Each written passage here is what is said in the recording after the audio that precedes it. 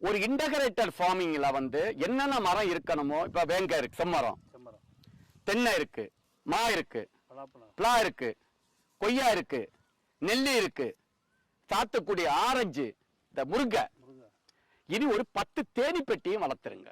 இந்த பூக்கள் வந்து அது தேன் எடுத்து மருந்து சேர்க்கையும் நம்ம கூட்டிரும். தென்னையிலையும் குறும்ப உதிராது, சுத்தமான தேன் எடுக்கலாம், மூலிகை தேன்.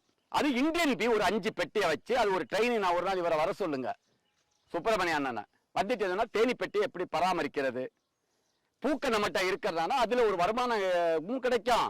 சுத்தமான தேனு நமக்கு இதுதான் மூலிகை தேனு 2000 3000 விற்கிறானுவா. முருங்கை தேனு ஆமா. அப்ப இன்னும் இதுல நம்ம இன்னும் செய்ய வேண்டியது 5 தேனி பெட்டி மட்டும் வைக்கணும்.